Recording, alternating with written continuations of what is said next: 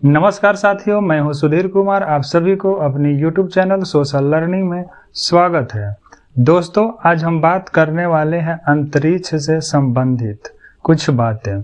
दोस्तों, हमारे देश में अंतरिक्ष में कार्यक्रम के लिए एक संगठन बनाया गया है जिसको इसरो कहते हैं, यानी ISRO, Indian Space Research Organisation, यानी कि इसका पूरा नाम है। दोस्तों, इसे भारत अंतरिक्ष अनुसंधान संगठन कहते हैं।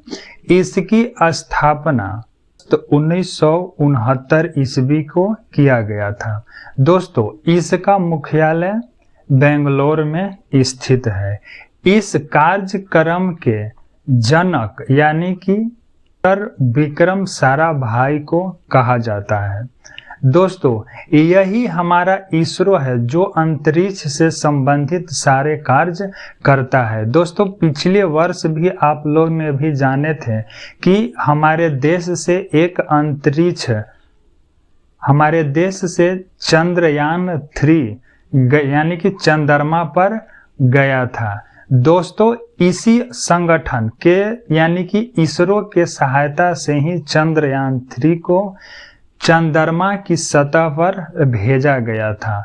दोस्तों, और यही जो मिशन था, इसके साथ यह जो मिशन था वह विश्व में पहला स्थान प्राप्त किया, क्योंकि यहाँ के दक्षिण भाग पर किसी देश ने अभी तक नहीं पहुंचा था और चंद्रयान 3 के सहायता से यानी कि भारत ने चंद्रमा के दक्षिण भाग पर पहुंचने वाला विश्व का पहला देश बन गया है। दोस्तों, इस संगठन के वर्तमान में अध्यक्ष डॉक्टर S सोमनाथ हैं। दोस्तों, इसरो ने ही हाल ही में हिमालय पर्वत के बारे में कुछ गंभीर बातें यानी कि चिंताजनक बातें को बतलाई हैं, यानी कि रिसर्च द्वारा यह बतलाया गया है। दोस्तों, हिमालय पर्वत हमारे देश यानी कि भारत के उत्तर दिशा में है और यह भारत के उत्तर पूर्व क्षेत्र तक फैला हुआ है। जो हमारे देश में के उत्तर भाग में हिमालय पर्वत है वह अन्य कुछ देश के साथ भी साझा करता है। जैसे भारत के साथ इसका कुछ क्षेत्र है, कुछ नेपाल के साथ है, भूटान के साथ है, कुछ पाकिस्तान और चीन के साथ भी इसका लगता है।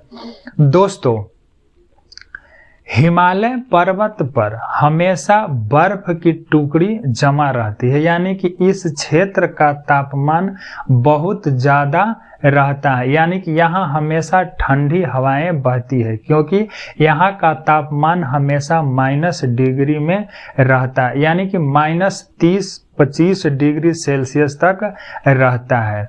गर्मी के मौसम आती है तो कुछ कम रहता है, लेकिन फिर भी यहाँ जितनी पानी रहती है वह बर्फ के रूप में जमा रहती है। और यही क्षेत्र से यानी कि इस क्षेत्र से छोटे छोटे ग्लेशियर के रूप में बने हुए हैं, क्योंकि यहाँ सभी पानी जो है वह बर्फ के रूप में जमी हुई है। दोस्तों, और इसी ग्लेशियर के रूप में कई बड़े बड़े यानी कि नदियों का भी यहाँ से यानी कि नदी का भी निर्माण किया गया है, और जो इस क्षेत्र से होते हुए पानी का बहाव करता है, जो हमारे देश के लिए एक आधार बनी हुई है। दोस्तों, इसरो द्वारा यह बतलाया गया है कि हिमालय की जो ग्लेशियर है वह धीरे धीरे पिघल रही है और यह घटना बहुत ही चिंताजनक है, क्योंकि यदि बर्फ जो पिघलेगी वह निश्चित है कि नदियों में उसका पानी जाएगा। यदि नदियों में इसका पानी जाएगा तो उसका जो क्षेत्र है यानी कि वह बढ़ जाएगा। यानी कि नदी में जब पानी बढ़ेगी तो हमारे देश के लिए भी नुकसान होगा। यदि अत्यधिक मात्रा में यह बढ़ जाएगा तो आसपास के क्षेत्र में बाढ़ भी आ सकती है, जो कि यह एक आपदा के बराबर है। दोस्तों, ग्लेशियर में जब पानी बढ़ेगी तो निश्चित है कि एक प्राकृतिक आपदा के रूप में परिवर्तित हो जाएगा। दोस्तों, इसरो द्वारा यह बतलाया गया है कि यदि ग्लेशियर की जो बर्फ है वह पिघल कर पानी बनेगी तो बहुत सारे समस्याएं उत्पन्न हो सकती है। दोस्तों, यह कयास लगाया जा रहा है कि हमारे देश ही नहीं बल्कि पूरे विश्व में बहुत सारे ऐसे ग्लेशियर हैं जो बर्फ के रूप में जमे हुए हैं। यानी कि बर्फ के टुकड़े पिघल कर पानी में परिवर्तन होगा तो निश्चित है कि समुद्र का जल स्तर भी बढ़ जाएगा। दोस्तों, बहुत सारे ऐसे देश हैं जो समुद्र के तट पर ही यानी कि उसका क्षेत्र है। यदि समुद्र के तट का जो क्षेत्र है यदि बाढ़ की संभावना होती है या समुद्र या महासागर की जल स्तर बढ़ती है तो आसपास के जो क्षेत्र है वह निश्चित है कि डूबने की संभावना रहेगी। दोस्तों, बहुत सारे ऐसे देश हैं जो छोटे छोटे द्वीप के रूप में भी हैं। यदि समुद्र का जल स्तर बढ़ता है तो निश्चित है कि बहुत सारे ऐसे द्वीप रहेंगे जो यानी कि समुद्र में डूब सकते हैं, जिसके कारण बहुत तरह की यानी कि आपदा की समस्या झेलनी पड़ेगी। दोस्तों, यह समस्या हमारे हिमालय क्षेत्र में नहीं है, यह पूरे विश्व के लिए एक संकट है। इसका कारण यह है कि हमारे पर्यावरण में कार्बन डाइऑक्साइड की मात्रा बढ़ रही है। यदि कार्बन डाइऑक्साइड की मात्रा बढ़ेगी तो निश्चित है इसके कारण हम लोग ग्रीन हाउस इफेक्ट के रूप में भी जानते हैं, क्योंकि इसमें मुख्य कारक होता है कार्बन डाइऑक्साइड और यह बहुत सारे माध्यमों से उत्पन्न होता है। जैसे हम लोग वाहन का उपयोग करते हैं तो वाहन से जो निकलने वाली धुएं हैं उसमें कार्बन डाइऑक्साइड भी अत्यधिक मात्रा में रहती है, जिसके कारण यह जो तापमान को बढ़ाने में या वायुमंडल के तापमान को बढ़ाने में अहम भूमिका निभाती है। इसी प्रकार हमारे देश में बहुत सारे कंपनी बनी हुई है, उस कंपनी की वजह से भी बहुत सारे प्रदूषण फैल रही है और उस प्रदूषण के कारण वातावरण में यानी कि तापमान बढ़ता चला जा रहा है। दोस्तों, हमारे देश में बिजली का भी उत्पादन होता है और यह उत्पादन सबसे ज्यादा कोयले से किया जाता है। यानी कि कोयले से भाप बनाया जाता है और उस भाप से ही टरबाइन को घुमाकर बिजली पैदा की जाती है। और यदि कोयला जलता है तो निश्चित ही है कि इसमें प्रदूषण फैलेगा और जितने प्रदूषण फैलेगा वह वातावरण में तापमान को बढ़ाना शुरू कर देगा।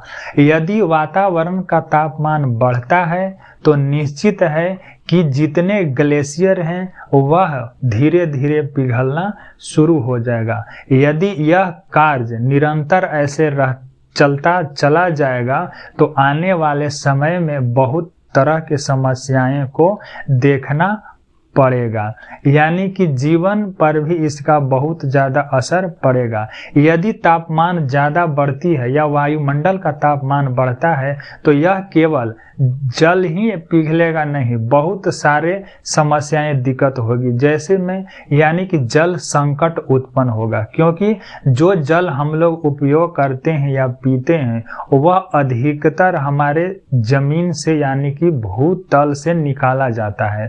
पंप की की सहायता से उसे खोद कर निकाला जाता है। यदि तापमान बढ़ता जाएगा तो धीरे धीरे जल स्तर भी घटता चला जाएगा, जो एक जल संकट का कारण बन सकता है। अभी भी वर्तमान समय में बहुत ऐसे देश हैं या बहुत ऐसे क्षेत्र हैं जहां जल की संकट उत्पन्न हो गई है, लेकिन कुछ ऐसे क्षेत्र भी हैं जहां जल की संकट अभी नहीं है। लेकिन पर्यावरण को प्रदूषण इसी तरह से फैलाया जाता रहेगा तो निश्चित है कि आने वाले समय में जल संकट उत्पन्न हो सकता है। जल संकट ही नहीं बल्कि नदियों में जल स्तर बढ़ जाएगा, समुद्र में भी जल स्तर बढ़ जाएगा, क्योंकि अगर ग्लेशियर में बर्फ जो है वह पिघलना शुरू कर देगा तो निश्चित है कि समुद्र में या सागर में इसका जल क्षेत्र यानी कि बढ़ता चला जाएगा, जो कि बहुत ही यह